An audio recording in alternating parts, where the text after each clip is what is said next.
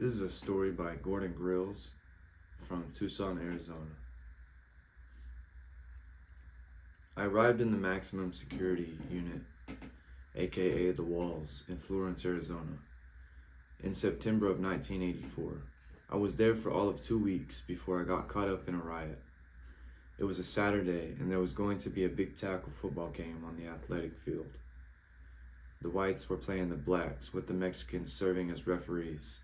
It was a big deal. A lot of drugs and green had been wagered on the outcome. I went there with several white friends. I didn't care much about watching the game. I wanted to work out on the weight pile. The Aryan Brotherhood had a picnic table on one side of the field, proudly flying a rebel flag. I told my friends I was going to the weight pile to work out, but they cautioned me to stay with them. This wasn't the time to be alone on the weight pile. Reluctantly, I heeded their advice. During the game, it looked like too many calls were being made to favor the black team. We later learned that the Mexican refs had been paid off to throw the game. John, who along with his brother Paul ran the Aryan Brotherhood, had seen enough, and he went after one of the refs for a suspect call, smashing him in the face, knocking him to the ground. That was it. The riot was on. At first, it was a free-for-all, with whites, blacks, Mexicans, and Indians all squaring off on each other. The front lines moved back and forth.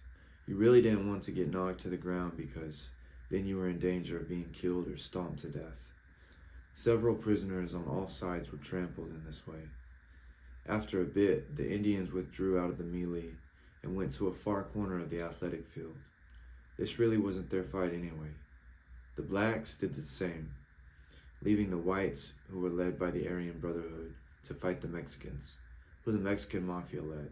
We found out later that some of the prison guards got on their radios to the Florence Police Department and the Arizona Highway Patrol, inviting them to come watch the prisoners kill each other on the athletic field. It was war. The whites charged the weight pile, driving the Mexicans towards the rec shack and the fence line separating the Central Unit, athletic field, from the Special Programs Unit and South Unit. Then we discovered Brian, a white interstate transfer from back east, lying on the ground just in the back of the weight pile. He had the misfortune of being the lone white guy on the weight pile when the riot started. The Mexicans had stabbed him in the back and hit him in the head with a weight, breaking his skull open. When I came upon him, he was lying on the ground, flopping around. Brain tissue was oozing out of his cracked skull, and one of his eyes rolled up. Mexicans were still throwing weights at him, trying to finish him off. While this was going on, Mexicans from South Unit began throwing weapons, including tools, over the fence to their compadres, who were backed up along the fence. It was a standoff now, with both sides throwing whatever they could find at each other. A prisoner named John joined me, and we stayed with Brian, blocking what was being heaved at him. There was nothing else we could do for Brian. After a while, the guards in the gun tower fired a warning slug from their shotgun. The guards working rec on the athletic field locked themselves in the rec shack and rode out the riot safely. John and I soon decided it was time to try to get Brian out of there if he would ever survive. We picked him up and carried him out to the Sallyport gate by his arms and legs. To do this, we had to pass through the Mexicans, who were up against the fence on both sides. We could easily have been killed for our efforts. When we approached the Mexican front lines, we had to stop. The youngsters looked back at their shot callers to find out what to do. I saw their leaders give them a hand signal to let us through, and we were the first ones to get off the athletic field. We put Brian down in the Sallyport, and the guards told us to go straight back to our cell blocks and lock in. The riot was over, and other prisoners were slowly brought out. I wish I could tell you that Brian survived, but he died from his head wound on the way to the hospital.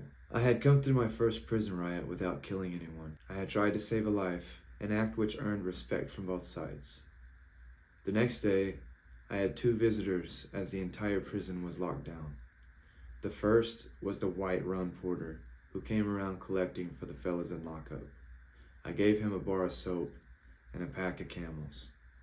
He asked me if I was planning on going back to the athletic field when the yard opened again. I told him yes. I was going back out to the weight pile. My second visitor was a chaplain. As we knelt on opposite sides of the door, Speaking through the trap, he asked me if I was okay. I told him what happened, and we prayed for Brian and all those who had been wounded.